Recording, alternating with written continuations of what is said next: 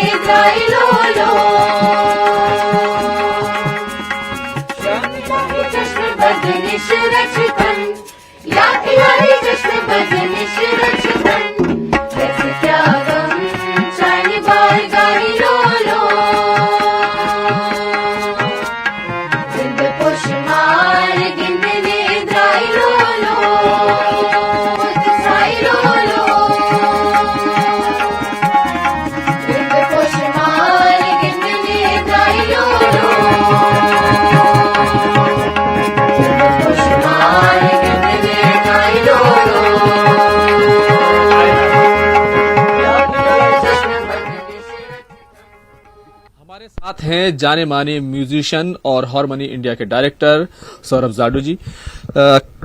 Awards दिए जाने हैं। इस बार के जो अवार्ड्स हैं, 8th एडिशन है, क्या कुछ खास है इस बार? जी, इस बार ये 8th एडिशन होने जा रहा है हार्मनी इंडिया अवार्ड्स का, और ये हार्मनी कल्चरल फाउंडेशन जो है हमारी, वो ऑर्गेनाइज कर रही है। ये 2014 से ये स्टार्ट किया था हमने, और वही देखते हुए अब 8वां एडिशन है इस साल, जिसमें हम अवार्ड सेरेमनी होती है, लाइफ टाइम अचीवमेंट अवार्ड देते हैं हम। इसमें फेलिसिटेट करते हैं क्रिएटिव पर्सनालिटीज़ हैं, आर्टिस्ट हैं हमारी स्टेट के, जे.एंड.के स्टेट के, वो म्यूजिशियंस हैं जो अच्छा काम कर रहे हैं, जिन्होंने कंट्रीब्यूट किया है, इमेंस कंट्रीब्यूशन रहा है उनका, उनको हम फेलिसिटेट करते हैं इस अवार्ड सेरेमनी के अंदर। बड़ी तादाद में इस बार अवार्ड्स हैं, तकरीबन 18 अवार्ड्स हैं जो मैंने लिस्ट देखी है। कौन कौन सी नई चीजें हैं जो इस बार आप लोगों ने इंट्रोड्यूस किए हैं? क्या क्या कैटेगरी नई लेकर आए हैं? जी, इस बारी पंडित भजन सोपोरी स्मृति सम्मान जो है वो दिया जा रहा है हमारे इसमें, जो कि ये पहला साल है उसका। और दूसरा हार्मनी इंडिया स्पेशल अवार्ड करके कैटेगरी इंट्रोड्यूस किया, और harmony India national icon award है, ये इंट्रोड्यूस किया है हमने। और ये अभी हमारा फंक्शन 28 अक्टूबर यानी कल श्री राम सेंटर में होने जा रहा है शाम 5 बजे। तो उसमें हमारा कॉयर परफॉर्मेंस भी रहेगा, और जो ये अवार्ड की सेरेमनी है ये रहेगी। और तीसरी चीज़ जो है, हम पंडित भजन सोपोरी जी के लिए हम एक शॉर्ट डॉक्यूमेंट्री, उनके ऊपर एक वो कल दिखाई जाएगी, उसकी स्क्रीनिंग है कल, उनकी जो लाइफ के ऊपर कुछ उसमें दिखाया जाएगा, और एज अ ट्रिब्यूट हमारी फाउंडेशन की तरफ से है वो रहेगा। हम देखते हैं कि कश्मीरी कल्चर है जो बहुत रिच है, वो जो तहजीब है वो अपनी तरफ लोगों को खींचती है।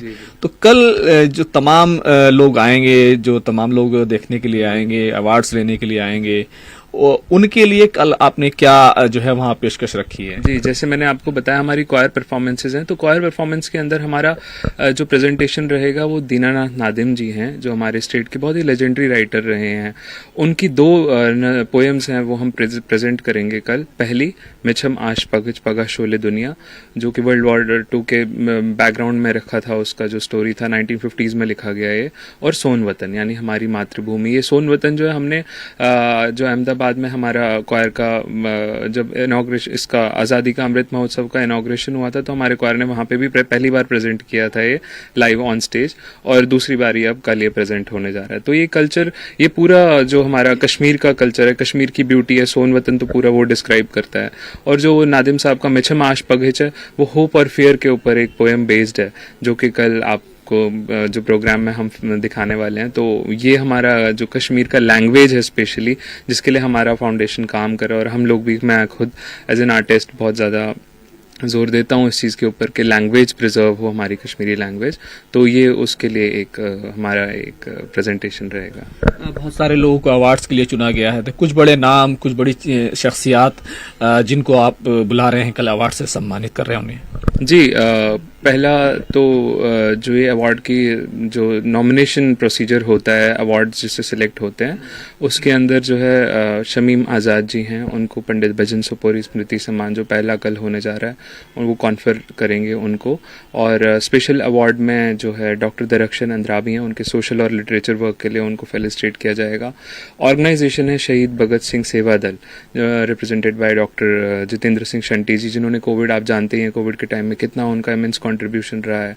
तो उनकी संस्था, इसी तरह जो हमारे J&K के स्टेट के जो संस्थाएं हैं कुछ, जैसे हेल्पलाइन ह्यूमैनिटी है या हक्कू एनिमल स्ट्रीट फाउंडेशन है, जिन्होंने मतलब अपने खाली लोगों के लिए ही नहीं, बल्कि जो वहाँ पे एक कम्युनिटी में जो ना कॉजेज के लिए काम कर रहे हैं, तो उनको हम फेलिसिटेट कर रहे हैं। तो इस तरीके से हमारा वाइड वेराइटी आप देखेंगे, सब्जेक्ट्स देखेंगे, जिस सब्जेक्ट्स पे एंटरप्रेन्योर्स हैं उसके अंदर, जर्नलिस्ट हैं उसके अंदर पेंटर हैं, म्यूजिशियंस हैं। तो इस तरीके से हर तबके के जो लोग हैं जिन्होंने अपनी फील्ड में कंट्रीब्यूट किया है कुछ अच्छा, उनको फेलिसिटेट करेंगे हम।